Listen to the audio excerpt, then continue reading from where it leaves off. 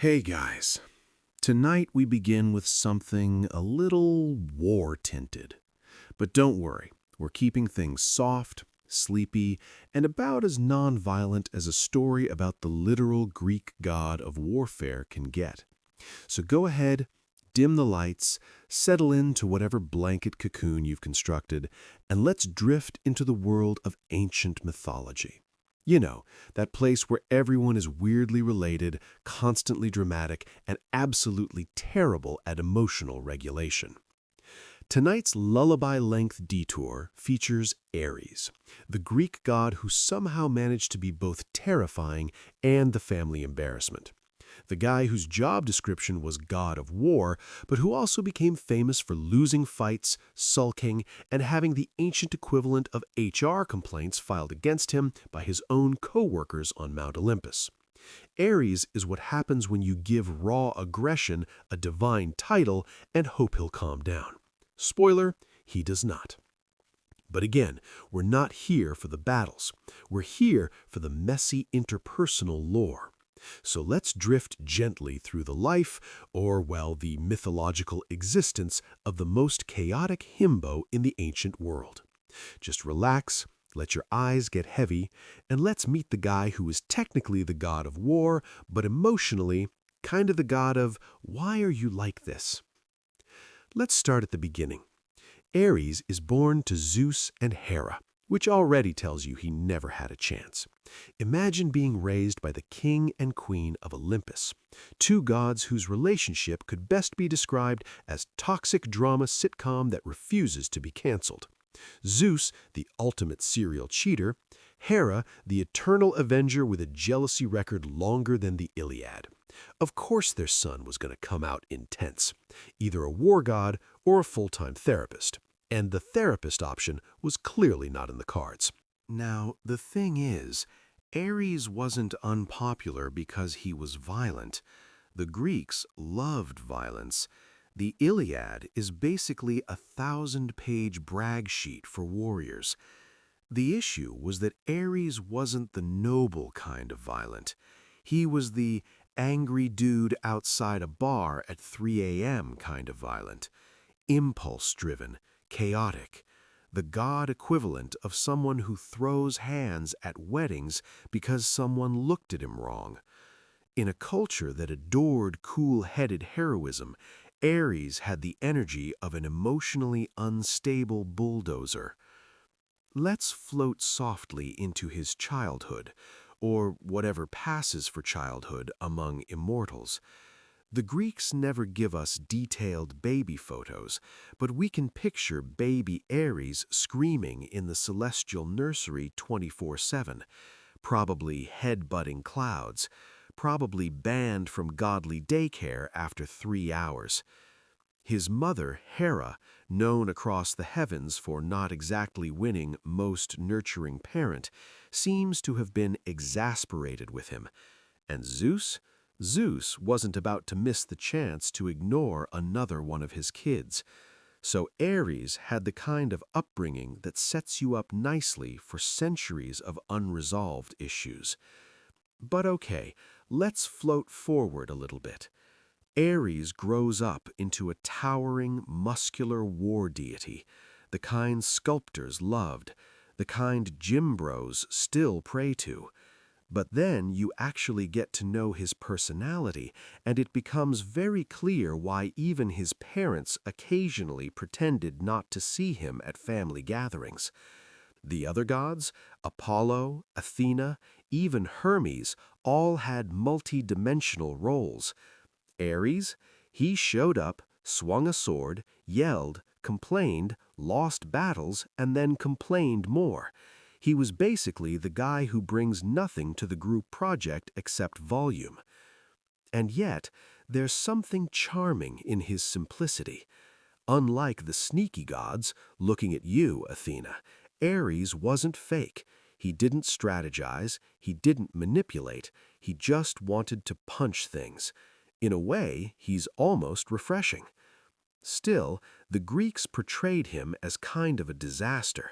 When the famous poet Hesiod talks about Ares, you can practically hear his sighs between the lines. Homer doesn't even try to hide his shade. In the Iliad, Ares charges into battle, gets completely flattened by a mortal, because apparently demigods and regular heroes could beat up divine embodiments of war, and then runs crying to Zeus about it.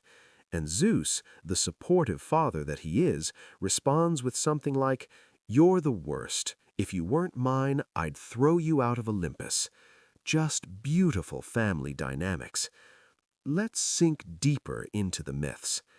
Ares' relationship with Athena is where the sibling tension really hits peak ancient Greek soap opera energy. Athena was the goddess of strategic war, the chess-playing, calm, logical, let me think 3 moves ahead type. Ares was the I flipped the board because I got annoyed type. Naturally, she outshines him constantly. In nearly every myth, Athena wins, Ares loses. Athena gets praised for intellect, Ares gets blamed for chaos. You can practically feel Hera in the background saying, "Why can't you be more like your sister?" Their rivalry is so intense you can imagine ancient poets sitting like gossip columnists, waiting for the next Ares humiliated again headline to drop. But maybe let's glide to something gentler. Ares' love life, which, shockingly, wasn't a disaster. Well, okay, it was kind of a disaster, but at least it was a glamorous one. Enter Aphrodite. Aphrodite, the literal goddess of beauty, was married to Hephaestus, the god of blacksmithing and the eternal victim of Greek mythology's worst marriage arrangement. Aphrodite found Ares significantly more appealing, possibly because he had nice hair and spent his entire immortal lifespan shirtless. Their affair is one of the rare times Ares stops yelling long enough to experience actual emotions. In myths, he becomes gentler with her. Well, gentler for Ares, which is still a medium-level thunderstorm instead of a hurricane. But because it's Greek mythology, of course the affair ends in the most embarrassing way possible, with Hephaestus catching them in a magic net and inviting the entire Olympian pantheon to look at them like they're part of a reality TV scandal. The gods gather, they point, they laugh. Poseidon tries to be polite. Apollo does not. Hermes says, "Honestly, I'd do the same," which, thanks Hermes. And Ares? Mortified. Absolutely mortified. The god of war humiliated by what was essentially the divine version of being caught cheating and having your entire neighborhood show up to witness it. After that, Ares avoids Olympus for a while, which is fair. Imagine trying to go to the office after something like that. Let's float through another cloud of soft, interconnected myths. Ares is a father many, many times over because the gods had nothing but time and no concept of boundaries. But one of the most interesting moments in his parental career is with his daughter, Harmonia. She was the child of Ares and Aphrodite, and her whole theme was harmony and peace. The irony is just delightful.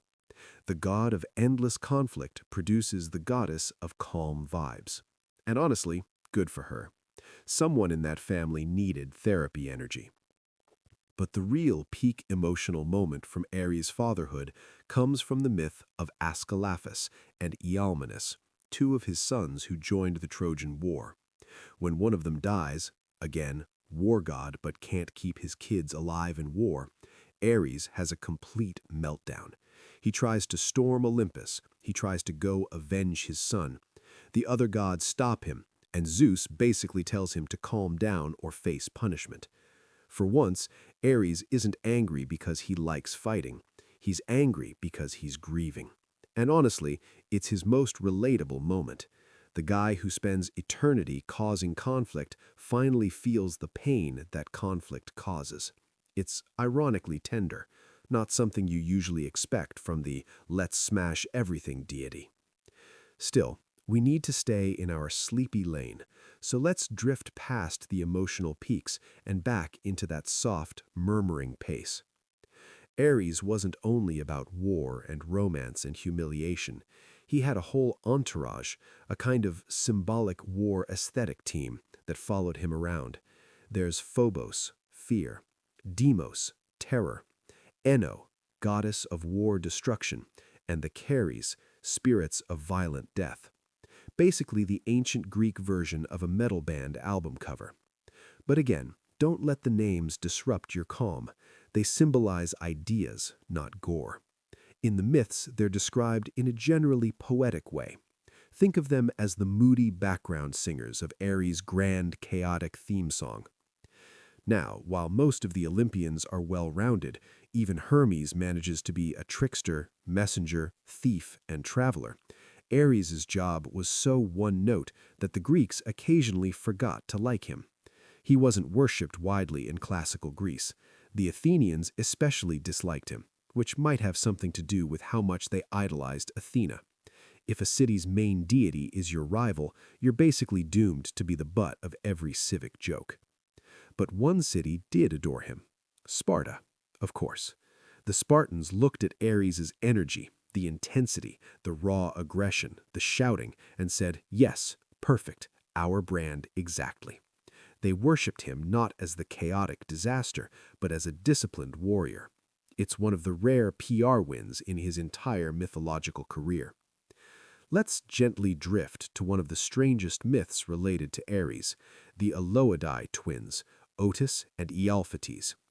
These giants try to storm Olympus because apparently invading heaven is just a thing people did for weekend fun in Greek mythology. Ares tries to fight them and loses. Not just loses, he gets captured, thrown into a bronze jar, locked away for 13 months. 13 months.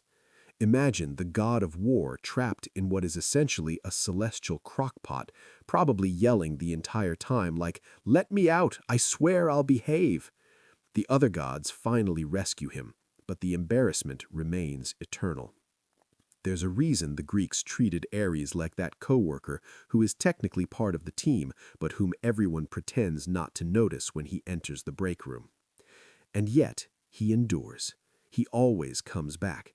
He shows up in every major myth like someone desperately trying to stay relevant in the family group chat. Now, let's float to one of the more poetic pieces of Ares' story, the Areopolis, the hill of Ares in Athens. According to myth, Ares is put on trial there for killing Halirotheus, the son of the sea god Poseidon. Ares killed him because Halirotheus assaulted Ares' daughter Alcippe. And while mythology is chaotic, this is one of the rare times where Ares' violence is depicted as justified, protective even. The gods hold a trial.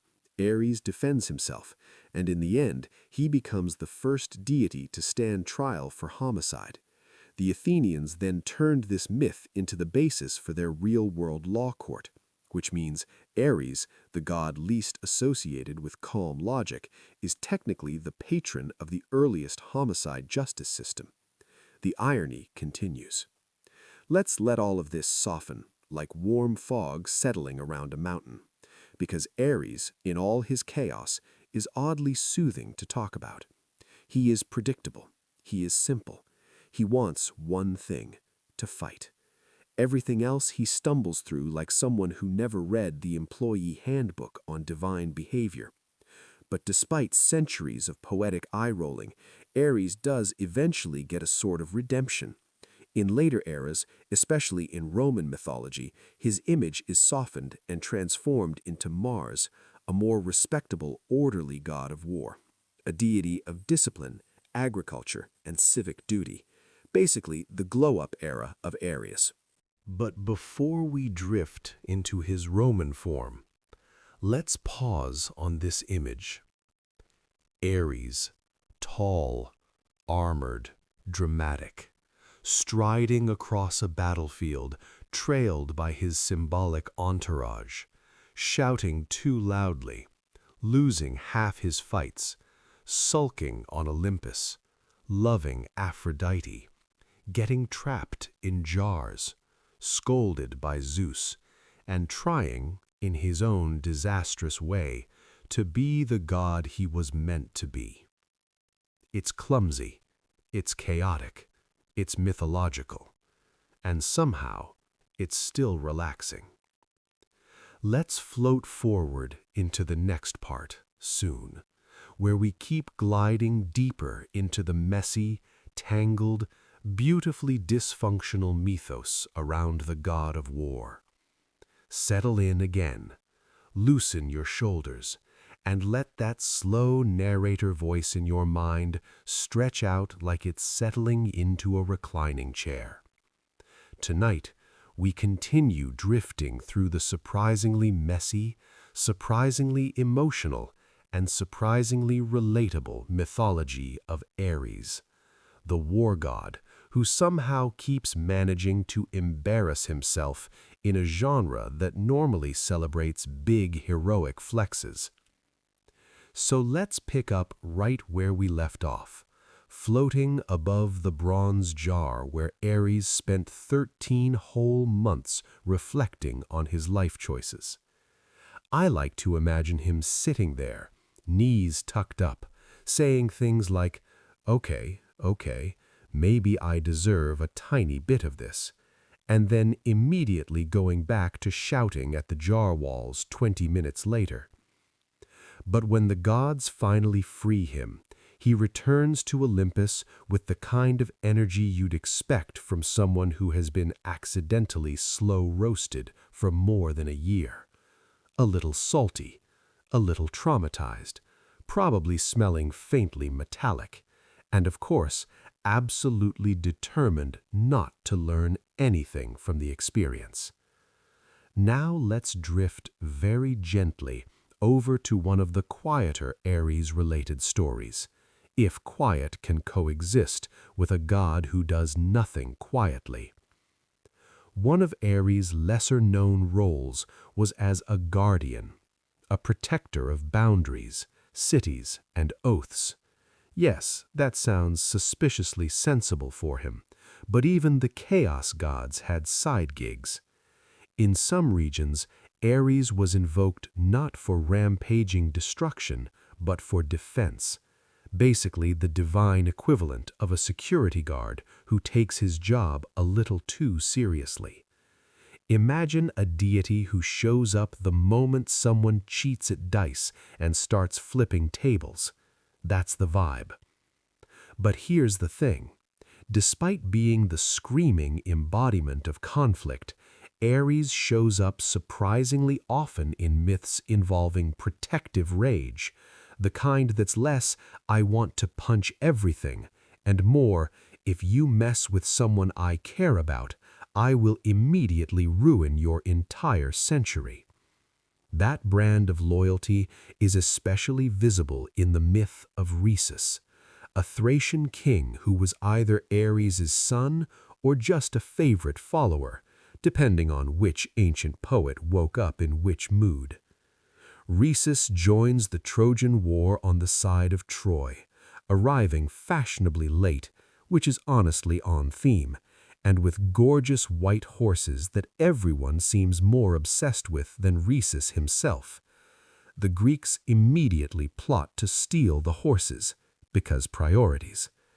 Odysseus and Diomedes sneak in at night and kill Rhesus before he can even unpack his armor. The myth notes that Ares was not pleased, not in the angry toddler tantrum way, though that's his usual go-to, but in a deeply offended war god way. But because the Iliad runs on a constant supply of tragedy, Ares can't intervene. The fates themselves block him. So once again, Ares is left stewing in grief and frustration, which he covers, naturally, with more aggression. If mythology had therapists, Ares would have been their favorite repeat client. Let's slide softly now into one of the mythological stories that doesn't involve embarrassment, loss, or jars, a rare feel-good era for Ares. We need to talk about his home, or rather, his symbolic homeland, Thrace. In Greek imagination, Thrace wasn't just a place, it was a personality. Wild, fierce, untamed. A land of warriors, wind, mountains, and more than a little chaos. The Greeks basically saw Thrace as Ares' aesthetic. If Ares had a Pinterest board, it would be entirely Thracian landscapes and mood boards titled Raging Storm Energy. Poets describe Thrace as the kind of place where the wind never stops howling and horses run across open plains under angry skies, basically a dramatic music video backdrop, and therefore the perfect origin spot for Ares' followers. The Thracians adored him. Their warriors painted themselves in patterns that invoked him, carried weapons in his honor, and went into battle with a wildness that even Spartans would nod respectfully. And this is where Ares actually shines a little. When he's not losing duels to demigods or being scolded by his father, he's depicted as the patron of warriors who fight with heart, not strategy. The Greeks didn't always admire that, but they understood it. Ares wasn't the god of winning wars. He was the god of being in one, of passion, of that headlong rush where the world narrows and instincts take over. It's messy. It's not practical, but it's raw. And sometimes, in this slow, sleepy retelling, it's almost poetic. Let's drift to a myth that mixes gentle absurdity with mild tragedy, basically the Greek recipe for everything. We need to talk about the Amazons. The Amazons, the famed warrior women, were said to be the daughters, biological or ideological, of Ares. And honestly, the connection makes sense. The Amazons take the high-energy, high-drama, fight-first, think-later Ares aesthetic and turn it into something sharp and disciplined. They're usually portrayed more competent than he ever is, which is a recurring theme among Ares' relatives. In fact, some myths say that their love of battle was a sacred inheritance from him. But others describe a gentler side, Ares as the protector of their queen, the supporter of their cause, the father of some of their legendary heroes. One Amazon queen, Penthesilea, becomes especially important in the Trojan War. She shows up to help Troy, partly because she's grieving the accidental death of her sister, which is very on brand for tragic myth arcs, and she ends up being killed by Achilles. Like Rhesus, she enters the story late and leaves immediately. And Ares? According to some accounts, he mourns her too. There's a rhythm to these myths. Ares loves fiercely, loses constantly, and lashes out because he doesn't know what else to do with the ache. But let's drift away from the war front again, because we need to maintain our sleep-friendly vibe. One of the calmer, softer moments in Ares' myth cycle happens with Aphrodite and their children, particularly Eros in some traditions, and Harmonia, the goddess of peace and concord. Yes, again with the irony, the god of war fathering the goddess of harmony. Greek mythology never misses a chance for a poetic contrast. Eros, or Cupid in later Roman tradition, embodies love's impulsive, unpredictable force. And while poets disagree about who his father really is, Ares, Hermes, no one, a cosmic shrug, the idea of Ares fathering the god of love is almost adorable. Love and war, desire and destruction, two sides of the same coin, two forms of passion, wild and overwhelming. Of course, Ares and Aphrodite's domestic life is still a mess. They're perpetually sneaking around, they're perpetually getting caught, they're perpetually being judged by basically every Olympian auntie. But the myths reveal that Ares treated their children, especially Harmonia, with unusual gentleness, which, in war god terms, probably meant he said, "Don't fight your brother today," once every couple of centuries. But let's leave Olympus behind for a bit. Let's drift towards something almost philosophical. Ares isn't just a character, he's an idea, one the Greeks felt ambivalent about. They feared senseless conflict, they admired valor, but they also respected cunning. They loved drama, but they distrusted chaos. Ares became the symbol of everything raw and wild that humans couldn't quite control. The storm inside people, the part that reacts before it thinks. He wasn't evil, he wasn't noble, he was impulse. And in a world that prized moderation, so foreseen, Ares is the character who exists to break that rule every time. But let's bring the pace back down, soft and steady. We should wander into one of the oddest side plots in Ares' mythological portfolio, his conflict with Heracles. Yes, Heracles, Greeks' favorite overachieving muscle icon. Their interactions are basically the mythological equivalent of strong guy fights slightly stronger god, somehow wins because the plot demands it. There's a moment where Heracles kills one of Ares' sons, again, Ares losing family members like he's ticking boxes on a tragic bingo sheet, and Ares charges into battle for revenge. You'd think this is Ares' moment to shine. War god, hero enemy, full dramatic fatherly rage. Instead, Heracles wounds him.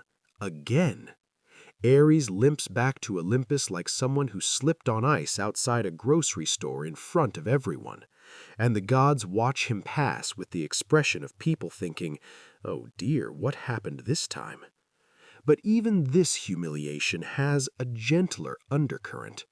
Ares keeps fighting not because he's stupid, though that's a popular interpretation, but because he genuinely cares about the people tied to him. He feels things intensely. That's his superpower and his downfall. He's the Greek god equivalent of someone who cries while arguing, but insists they're not crying because they're sad, they're crying because they're angry. Let's slow down even more now. We should glide toward a myth that doesn't get enough soft attention, the story of Cadmus, the founder of Thebes, and his encounter with Ares' sacred serpent. Cadmus kills the serpent.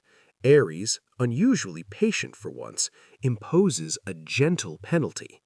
Cadmus must serve him for a year, and during this time, in one of the rare feel-good mythic arcs, Ares actually ends up giving Cadmus his daughter Harmonia in marriage as a sort of divine-level, no-hard-feelings gesture. This is one of the only times Ares behaves like a reasonable, emotionally stable adult. It's almost relaxing to read.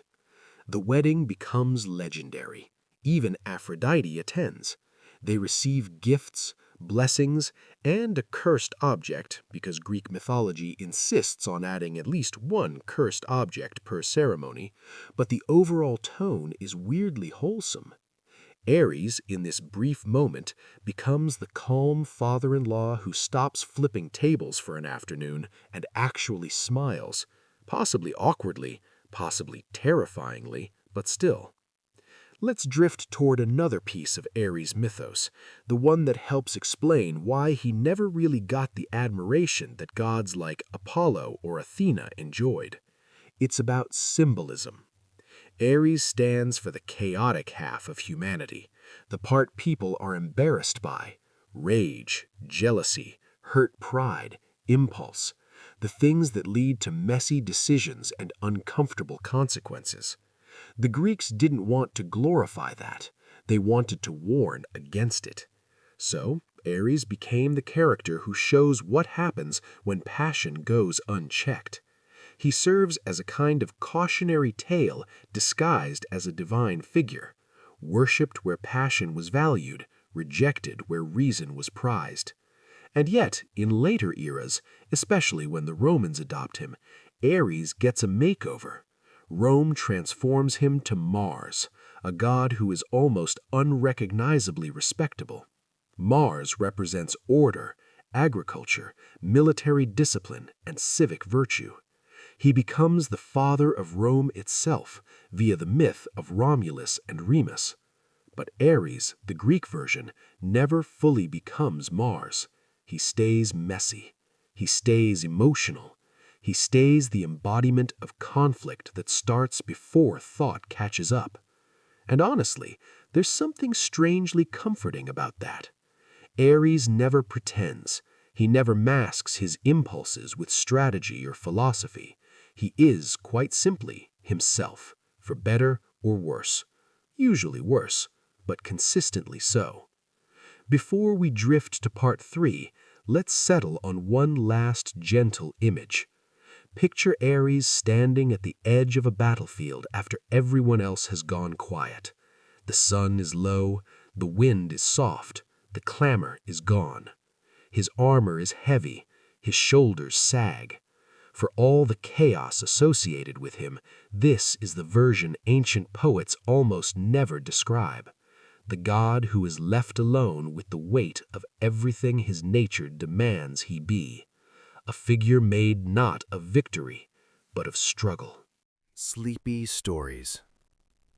And in a strange way, that makes him one of the most human gods in the entire Greek pantheon. Get comfortable again. Let your breathing slow down just a bit, and imagine we're sinking deeper into that soft, slightly ironic world of ancient mythology, where gods throw tantrums, heroes make questionable life choices, and entire wars start because somebody made eye contact at the wrong moment. Tonight, we continue with Ares, the eternal war god, the divine embodiment of bad impulse control, and the guy on Olympus who is somehow simultaneously too much and not enough at the same time. Ares is the mythological version of that one friend who always shows up to the group hangout sweaty and slightly out of breath because he got into something on the way here. Let's drift back into his story. Last time, we were looking at how Ares symbolized the raw, unpredictable side of conflict, not the heroic part. That was for Athena and her well-organized Pinterest boards full of strategic vision. Ares was the pure emotion, the instinct, the "oh no, he started swinging again" part. But his story has more layers we can unfold gently, like peeling apart thin sheets of mythological pastry. So let's float into another set of tales, the smaller ones, the quieter ones, the ones ancient poets recorded almost as afterthoughts. These are the stories that, together, create the strangely soft outline of a figure who is supposedly terrifying, but quite often ends up looking like a misunderstood storm cloud. Let's start with something surprisingly domestic, Ares as a neighbor. Yes, this is a thing. There's a brief, almost a footnote, in which Ares is said to have lived near the Giants and the Hyperboreans, a mythical northern people whose whole brand was chilling in eternal sunlight. You'd think the god of war would be disruptive, stomping around like an eternally angry upstairs neighbor, but some versions present him almost peacefully inhabiting the region, as though even a war deity sometimes needs to clock out and detox in the mountains. It's a weird little image, but it adds a kind of sleepy balance to the mythic picture. Ares standing under northern skies, quiet for once, spear planted in the snow like a reminder of who he is but isn't currently being. Which brings us to another gentle mythic thread. Ares and Artemis. Most people remember Artemis as the wild, free, hunt-loving goddess who had zero tolerance for nonsense and an Olympic gold medal in boundary setting. Ares respected her. They weren't close, no late-night tea talks or wilderness bonding sessions, but their spheres overlapped in ways that made them weirdly compatible. They both valued independence, They both represented the raw, instinctual parts of life, fight and flight, war and hunt. And in a handful of poetic fragments, they're described as moving side by side through forests or battlefields, not as lovers, not as rivals, but as two forces that simply understand each other without words.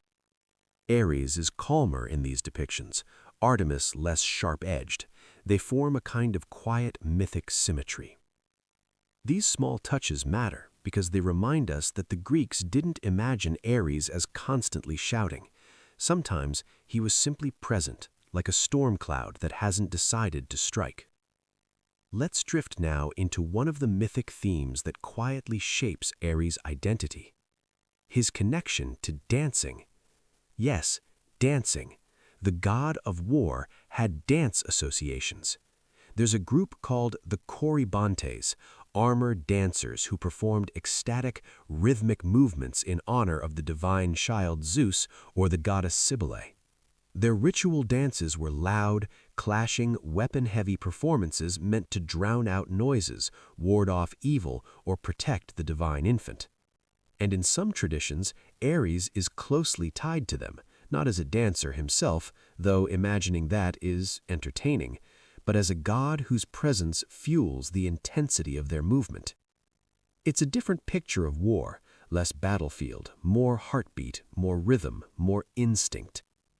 Ares wasn't always about swords, sometimes he was about motion. Which brings us softly to another thread: Ares and healing.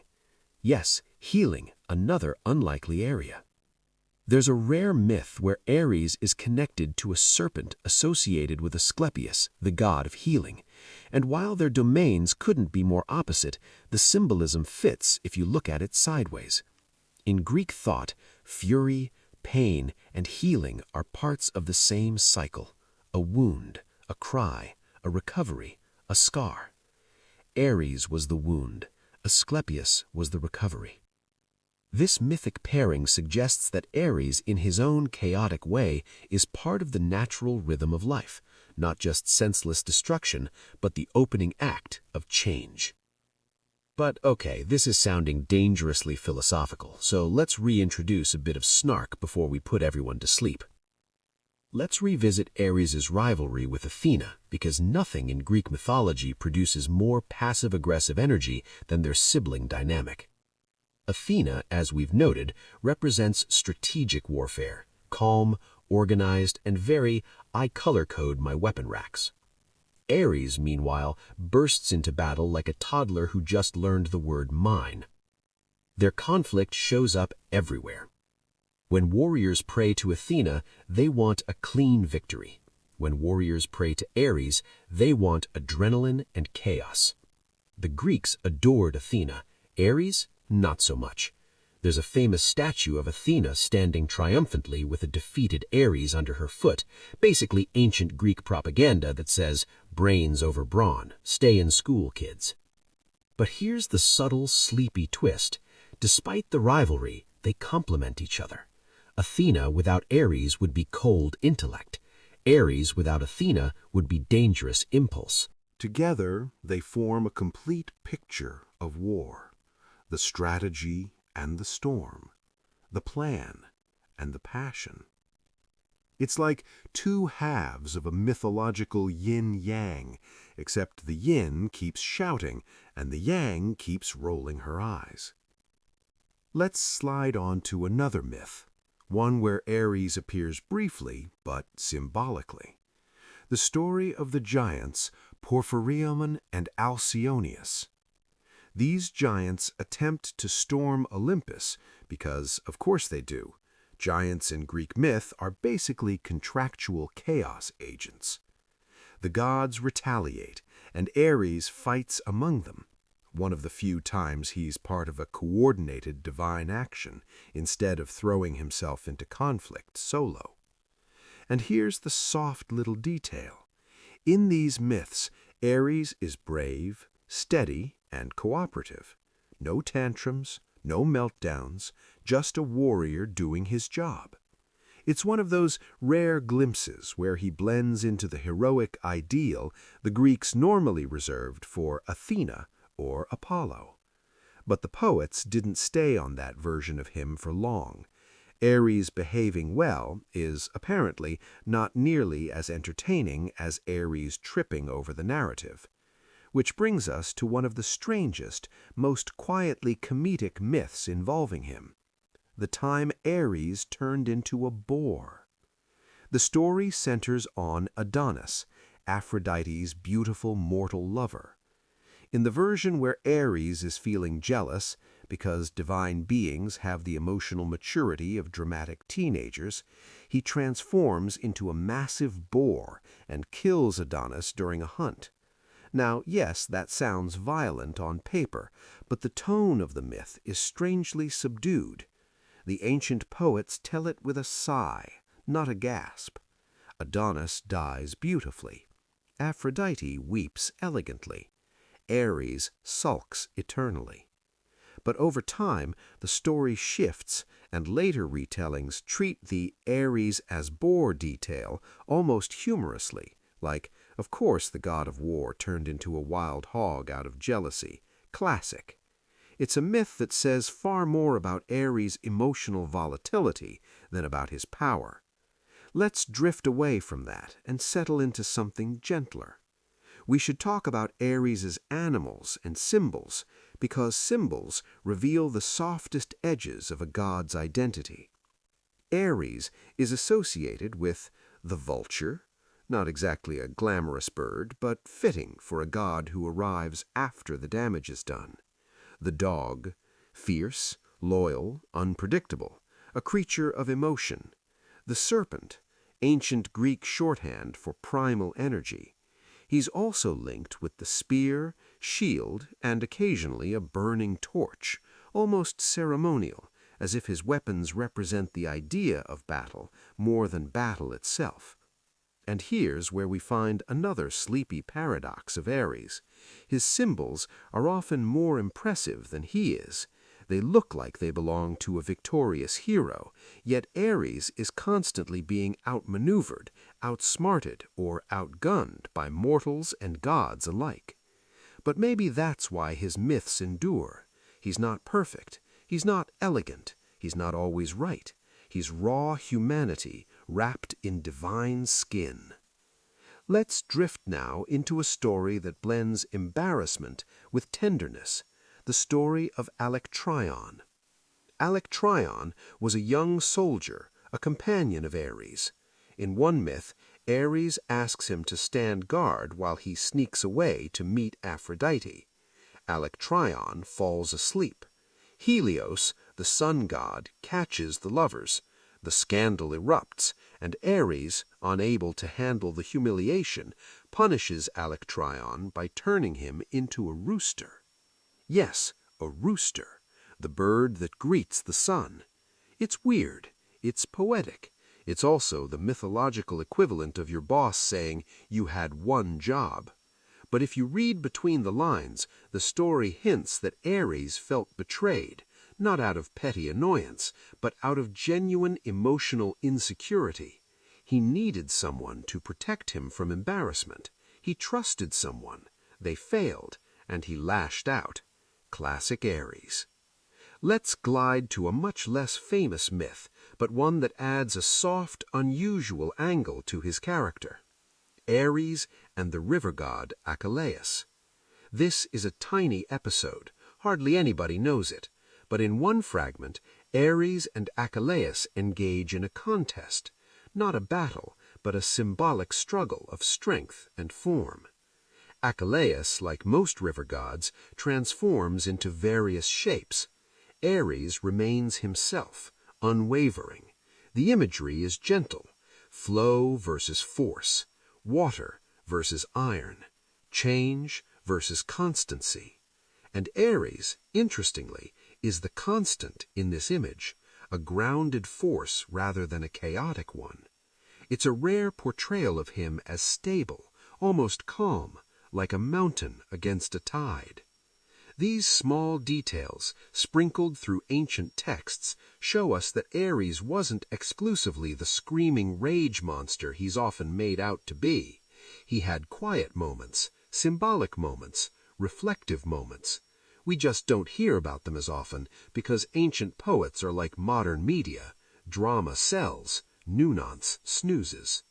Speaking of snoozing, let's settle into one last sleepy myth before we wrap this part.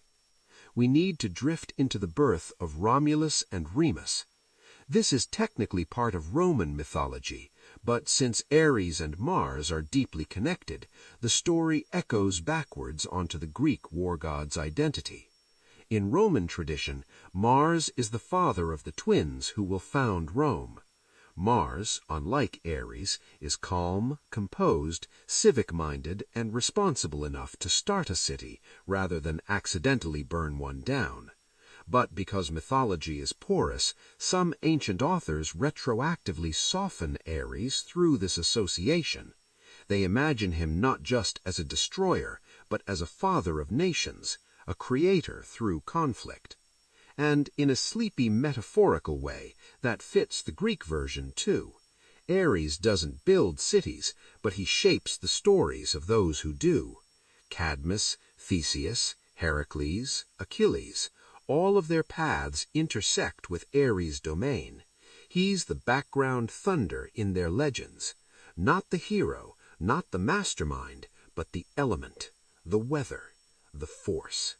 The god who is always there, even when he's not wanted. Let's let that image settle softly, Ares as the ever-present heartbeat in the mythic world, pulsing steadily beneath the grand stories told about kings and heroes. Hey guys, welcome back. If you're still awake after parts 1 through 3, congratulations! You've officially out-relaxed Ares himself, which is honestly a little ironic, considering the guy spent most of his mythic existence vibrating at the emotional frequency of an angry blender. So, go ahead, settle back under the blanket, let the room get dim, let your brain slide into that pleasantly foggy space where details melt together. Because in this part, we're drifting through a stretch of Ares' story where he collects enemies the way modern people collect anxiety. Quietly, automatically, and with no real end in sight. Let's float in right after where we left off, with Ares trudging through eternity, being blamed for every battlefield slip-up and every regional disaster that vaguely resembled two guys yelling at each other with pointy objects. You might think that after a while he'd mellow out, find a hobby, maybe take a pottery class, sit by the sea and reflect on his life choices. But no, this is Ares, the god who treats emotional regulation like a foreign concept. The god who, when someone tells him to calm down, becomes 30% louder out of principle.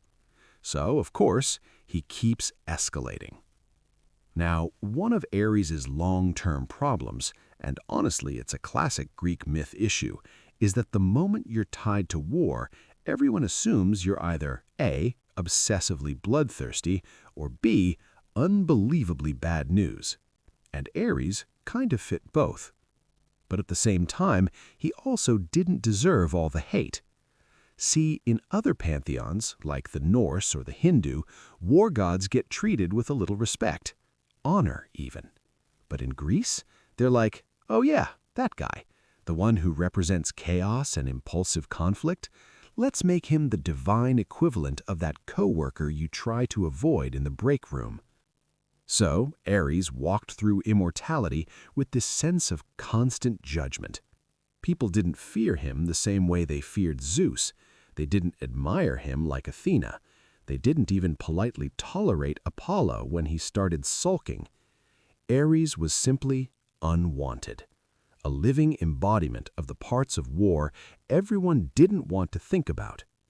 And this is where he starts racking up enemies simply by existing.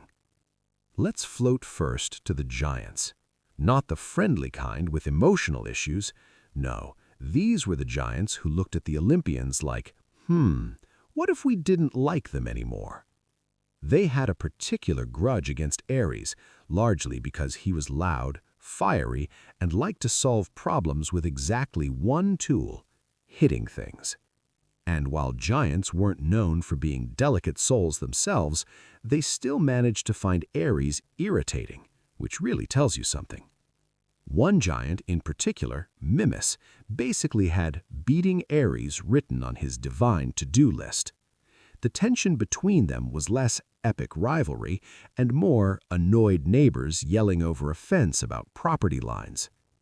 It didn't help that the giants thought Ares represented everything wrong with the Olympians: arrogance, destruction, and the general sense of being the worst. So this set the stage for conflict long before either side even picked up weapons. But Ares didn't need giants to give him trouble. He had mortals for that. Now, mortals in Greek mythology have a kind of predictable pattern. Someone upsets a god, the god overreacts, a tragic and extremely avoidable disaster ensues. Ares, being Ares, ended up in this cycle a lot. One of Ares's earliest and most emotional grudge situations he had involved a guy named Haliarothius, the son of Poseidon. And if you're thinking, oh great, another interdeity family drama, you're correct, because mythology basically runs on pettiness, and Ares participated fully. The story goes that Haliarothius harmed Ares's daughter Alcippe, and Ares reacted like any furious parent would, except with significantly more cosmic consequences. He killed him. Swiftly, decisively, and without thinking of, the paperwork. Poseidon, of course, did not take this lightly. The sea god walked around with the perpetual energy of a man one insult away from flipping a table. So now, with his son dead, he demanded Ares be put on trial. This trial, at the hill in Athens later named the Areopolis, is where Ares actually becomes the first figure in Greek myth to stand before a court. And honestly, the idea of a god who destroys entire armies being placed in a courtroom is unintentionally hilarious. Just imagine Ares sitting there, scowling, trying not to punch witnesses while the judges attempt to look impartial. It ended with Ares winning the case, but the damage was done. Poseidon never let that resentment go, and Ares added the god of oceans to his list of eternal enemies, which is a bold choice for someone whose battlefield occasionally included coastal regions. But gods and giants aside, Ares also had an unusual talent of making enemies inside his own family. Let's float gently toward Hephaestus, the god of fire, forge, invention, and general exhausted husband energy. Their feud, as we covered earlier, was mostly centered around Aphrodite. But it wasn't just jealousy, it was style, because Hephaestus represented craftsmanship, patience, and long-term thinking. Ares represented impulsiveness, emotion, and starting fights in places where fights did not need to exist. They were opposites, painfully so, and like many mythological opposites, they simply clashed. Ares wanted things now. Hephaestus preferred them done properly. So every time Ares caused chaos, which again was almost daily, Hephaestus ended up being the one who had to fix something. Armor repairs, damage control, occasional magical cleanup after Ares broke some object of significant cosmic importance. After thousands of years of this, of course he'd be bitter. Imagine sharing a house with someone who knocks over everything you build. For eternity. That's the Ares-Hephaestus dynamic. Then there's Athena, and with her, it's not just that they were enemies, they were the enemies. Antitheses, conceptual opposites. Ares represented raw courage, Athena tactical brilliance. Ares brought chaos, Athena brought order. Ares charged, Athena planned. Ares caused the problems, Athena solved them. If they had been siblings in a modern household, you just know Athena would have been the one parents favored in report cards, while Ares claimed that grades didn't matter and stormed off dramatically. But what's especially funny, in a gentle, sleepy way, of course, is that Athena beat Ares in myth after myth, yet he kept coming back like an over-caffeinated boomerang. He never learned. He never changed strategies. He just tried the same thing and hoped for a different outcome, like the person who keeps losing to a skilled friend in chess but insists on rematches. Their rivalry was less about hatred and more about inevitable contrast. Athena didn't despise Ares, she just calmly proved over and over that she could outsmart him every time he acted on impulse. And Ares, well, he hated that deeply, passionately, and with the consistent emotional maturity of a damp matchstick. Let's drift now to one of his stranger rivalries, the Amazons. You might expect, oh, the Amazons are warriors, they must love Ares. And in a way they did. They were his descendants after all through various mythic lineages, but they also didn't tolerate nonsense. And Ares, as we've established, was 90% nonsense. The Amazons respected the concept of war, but they also valued discipline and structure, traits Ares occasionally remembered existed but rarely demonstrated. So their relationship was tense. They'd call on him symbolically, honor him in rituals, but also glare at him from a distance like, "Can you not embarrass us today?" And Ares, being Ares, usually did. But even with all these foes, giants, gods, mortals, children, exes, and entire civilizations, Ares still found ways to make life harder for himself. Take Heracles, the hero most gods admired, except Ares, who reacted to Heracles the same way a jealous coworker reacts to the new guy who immediately becomes everyone's favorite. Heracles defeated Ares' own sons during various labors and heroic side quests, which Ares took very personally. Ares was the kind of father who cared deeply but lacked completely the ability to express that care in a productive way. So, instead of grieving or discussing it, Ares just attacked Heracles. Multiple times, each time with increasing frustration, like a man trying to swat a fly with a pillow. Heracles naturally won these encounters. Ares would storm away limping and muttering something dramatic, while the Olympic audience collectively sighed. Sleepy stories. We're going to pause here, just floating gently in the echo of all these rivalries. Ares standing alone in the twilight of myth, glowering at the world, misunderstood, but also not helping his case even slightly.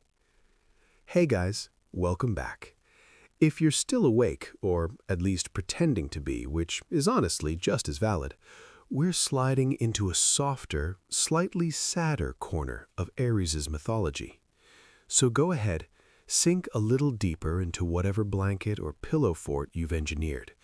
Let your breathing even out.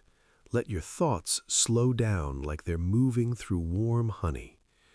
Because in this part, we're drifting into Ares' family life, which sounds wholesome until you remember that this is the same man who treated emotional regulation like optional DLC. And yet, despite all his bad press and questionable decisions, Ares was surprisingly committed to the idea of fatherhood. Just not good at it. Let's float over gently to the complicated situation that was Ares' romantic landscape. Now, Ares had relationships, plural, some chaotic, some scandalous, some surprisingly sweet, in a grumpy, I don't know how feelings work, but I'm trying kind of way. The most famous, of course, was his on and off cosmic entanglement with Aphrodite. And while the love goddess had, let's call it a robust social calendar, Ares remained her most passionate, if not the most stable partner. Which also means he became the father of a fairly impressive roster of divine children. But before diving into the kids themselves, let's acknowledge the core issue. Ares wanted loyalty and unconditional love, but he expressed that desire through, intensity. Not the soft, nurturing kind, more like the overprotective guard dog who barks at clouds kind. This emotional mismatch ensured that Ares's family dynamic was always a little crooked, a little off-kilter, and occasionally disastrous in slow motion. Let's drift into the story of Phobos and Deimos, fear and terror. Arguably Ares's most iconic children, created with Aphrodite. Now, let's just pause and appreciate the vibes of this family unit. Ares, god of war, Aphrodite, goddess of love, and their twin sons, fear and terror. It's honestly peak Greek mythology. It's like naming your kids anxiety and panic attack and then acting confused when nobody wants to invite you to their birthday party. But despite their dramatic names, Phobos and Deimos were deeply loved by Ares. They accompanied him everywhere, riding into battle at his side, shimmering in his aura like loyal, emotional support nightmares. With them, Ares actually behaved differently, calmer in a strange way, more focused, almost proud. He wasn't gentle, that would be too much to expect, but he was present, and in mythology, being present is basically parental excellence. Ironically, other gods found this trio terrifying, not because Ares suddenly became some unstoppable war machine, he always was, but because he somehow looked almost domestic with his kids beside him, and that unsettled everyone on a deep level. Sliding forward, we meet another of Ares's more intriguing children, Harmonia. Harmonia is Aphrodite and Ares's daughter, and her very existence is cosmic irony. Imagine two beings as chaotic and passionate as Ares and Aphrodite creating a child named Harmony. It feels like naming a raccoon Serenity.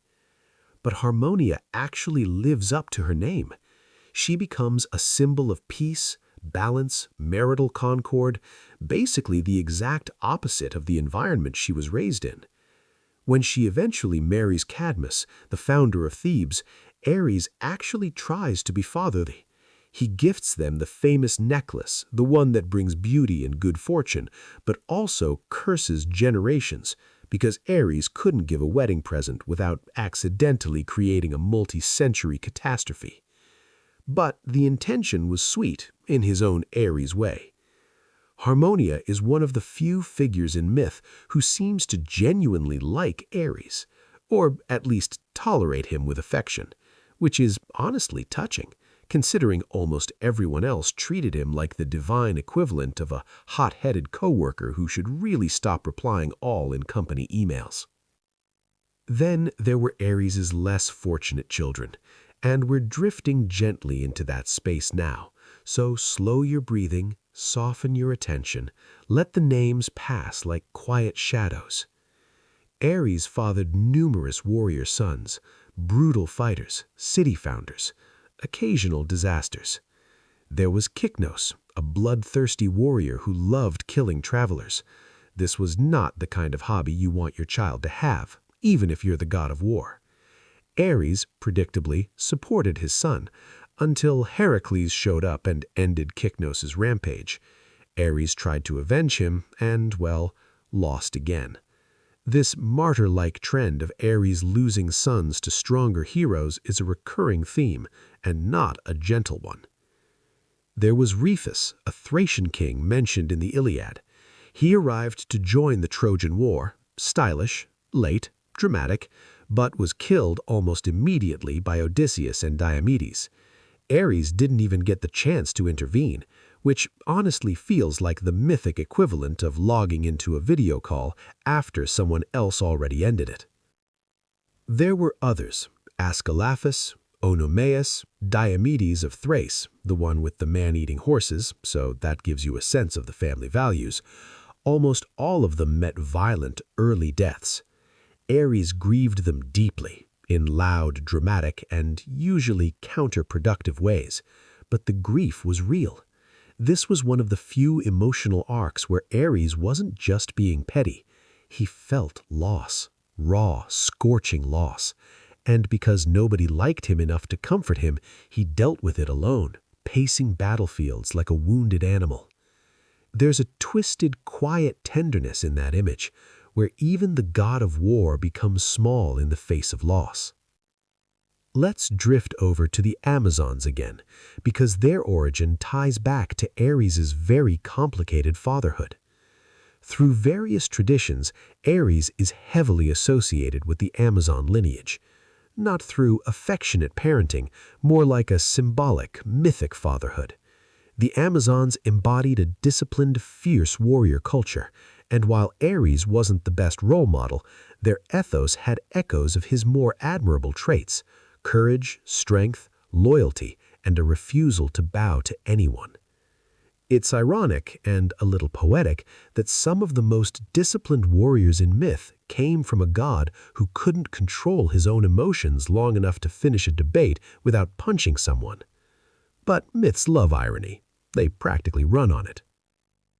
Now, let's glide softly to Enalius, the war spirit sometimes described as Ares' son, and sometimes as Ares himself, in a sort of mythic clone situation. Mythology gets fuzzy here, which is perfect for a sleepy narrative, honestly, but the idea is simple. Enalius represents the raw, unrefined violence of battle, and whether he was Ares' offspring, aspect, or echo, he reflected the god's inner turmoil better than any prophecy or hymn. It's like staring into a mirror that showed Ares the parts of himself he didn't want to acknowledge. And that's strangely sad. When your child is literally your worst traits incarnate, that's a tough therapy session waiting to happen. But let's drift to a slightly gentler corner now, Ares as a protector. Despite his temper and endless list of grudges, Ares sometimes acted as a guardian deity. To cities like Sparta, he wasn't a chaotic force of destruction. He was a symbol of courage, discipline, and endurance. Spartans didn't worship him as a cosmic hothead. They worshipped him as a figure of unbreakable spirit. And during rare moments, very rare, Ares lived up to that ideal. There are hints in myth that he occasionally tried to guide his children. Not always effectively, not always patiently, but he tried. You can imagine him, towering, armored, intimidating, awkwardly giving life advice that always boils down to fight better because he doesn't have any other tools in the emotional toolbox. He wasn't a nurturing god, but he was present in a jagged, imperfect, unmistakably Ares way. And sometimes that was enough. Now let's drift into the messy intersection of Ares' love life and parenting, because his relationship with Aphrodite affected everything. Their passion was intense, electric, the kind of romance that should have stayed a casual 4-episode miniseries but ended up running for centuries with varied quality. Aphrodite didn't commit easily. Ares didn't trust easily, so their children grew up surrounded by a complicated emotional storm: love, desire, jealousy, arguments that lasted decades. Let's float into one of the earliest moments where Ares enters the battlefield. And when I say enters, I mean charges, because Ares doesn't do anything gently, except maybe brooding. For the Trojans, seeing Ares appear was like watching your favorite wrestler tag in during a championship match. There was cheering, there was adrenaline, there was probably some dramatic lighting somewhere because the gods love theatrics. Ares storms in with Phobos and Deimos on either side, fear and terror glowing like ominous floating lanterns. And suddenly the Greek soldiers are thinking, actually, is there still time to go home? This is Ares at his best, powerful, imposing, determined. For a moment. And then, like clockwork, Athena shows up. let's drift gently into what has to be one of the most lopsided divine confrontations ever recorded. Athena, calm, composed, smug in that serene, I aced every exam ever way, meets Ares on the battlefield. And Ares, who still hasn't learned anything from the last 70 times she defeated him, charges straight at her. It's almost sweet, in a tragic, repetitive cycle kind of way. Athena, of course, does not waste energy. She simply guides Diomedes, her favorite mortal warrior at the moment, to strike Ares with a spear. This works because Athena is helping him, Ares is distracted by his own rage, Ares never ever checks his blind spots, the spear hits Ares. The scream he lets out is legendary, truly operatic. The kind of dramatic yell you'd expect from someone who stubbed their toe but wants the entire neighborhood to know. Homer describes it like the cry of 10,000 men dying at once, which is a lot for one non-lethal wound, even by mythic standards. Ares then immediately flees to Olympus to complain to Zeus, and this is the pattern. Ares fights, Ares loses, Ares reports the incident to Zeus like a very upset, very muscular child telling a teacher someone stole his favorite toy. Zeus, naturally, is unimpressed. He usually responds with some version of, "Stop making everything about you," or "You bring this upon yourself," or "Athena is better than you because she uses strategy. Have you tried that?" Which probably didn't help Ares' self-esteem. Now let's drift into the quieter, more emotionally complex part of Ares' Trojan War arc, his protectiveness towards certain Trojan warriors. One of the most notable is Sarpedon, a son of Zeus fighting for Troy. Ares wasn't his father, but he felt connected to him. Warriors like Sarpedon embodied the nobler, disciplined side of warfare, the version Ares always wished people saw in him. When Sarpedon died, Ares was heartbroken. Actually heartbroken. Not theatrically, not angrily, just devastated.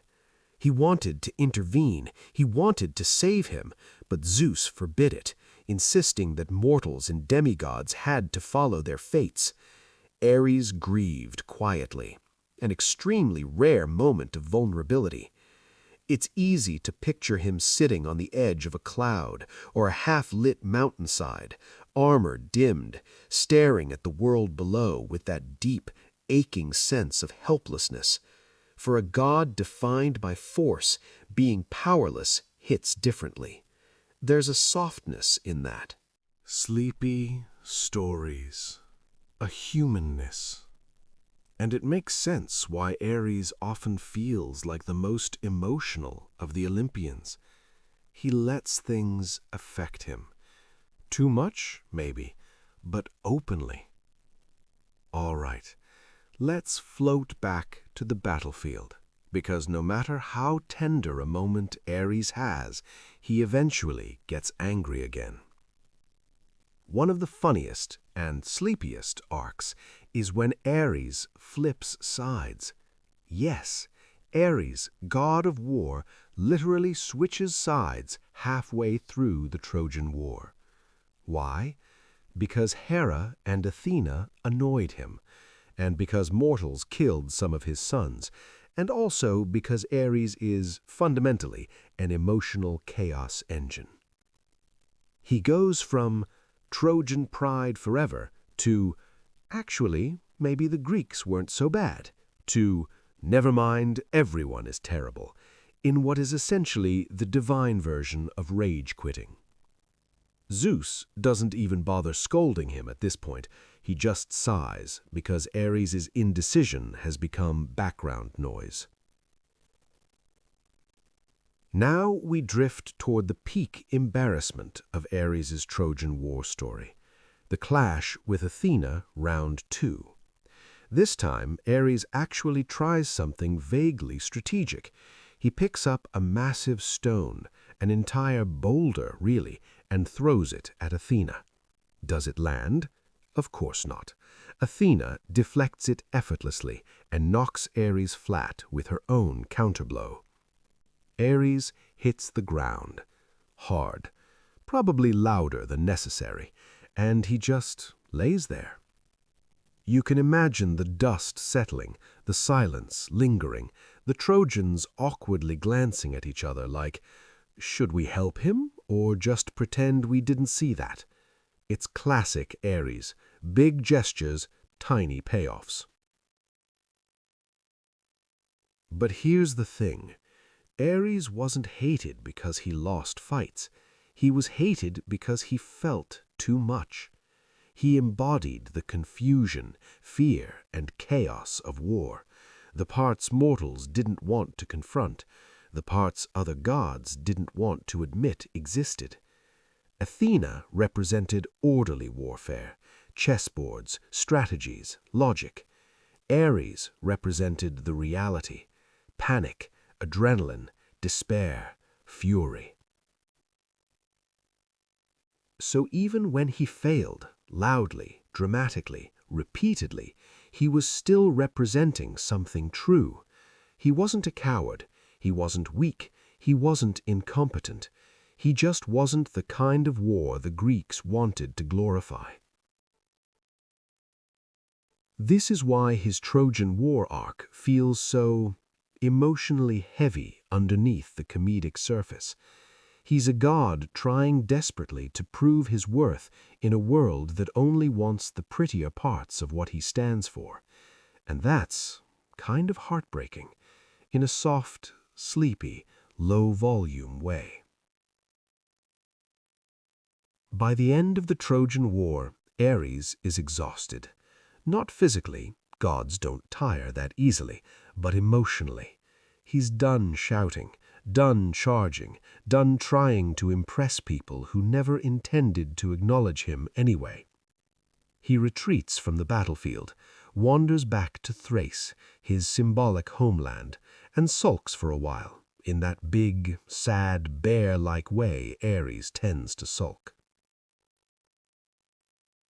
The war ends, the gods move on, the epics close their chapters, but Ares lingers in the background, quietly nursing his wounds, physical, emotional, existential.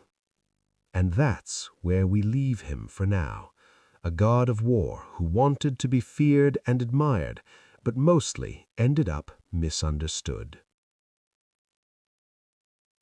And so, after all the battles, the boasts, the bruises, and the occasional divine tantrum, we arrive gently at the end of Ares' story, a tale as loud as thunder, yet somehow ending in a whisper. Ares, the god of war who was never quite loved, never quite trusted, and never quite invited to the nice dinners on Olympus, still carved out his place in the ancient world. Not as the hero, not as the strategist, not as the wise counselor, because, well, he never was any of those things, but as something simpler, something more human. Ares was the part of us that lashes out, the part that reacts before thinking, the part that gets angry first and apologizes, maybe, eventually, if someone forces us. He wasn't the glory of war. He wasn't the justice of war.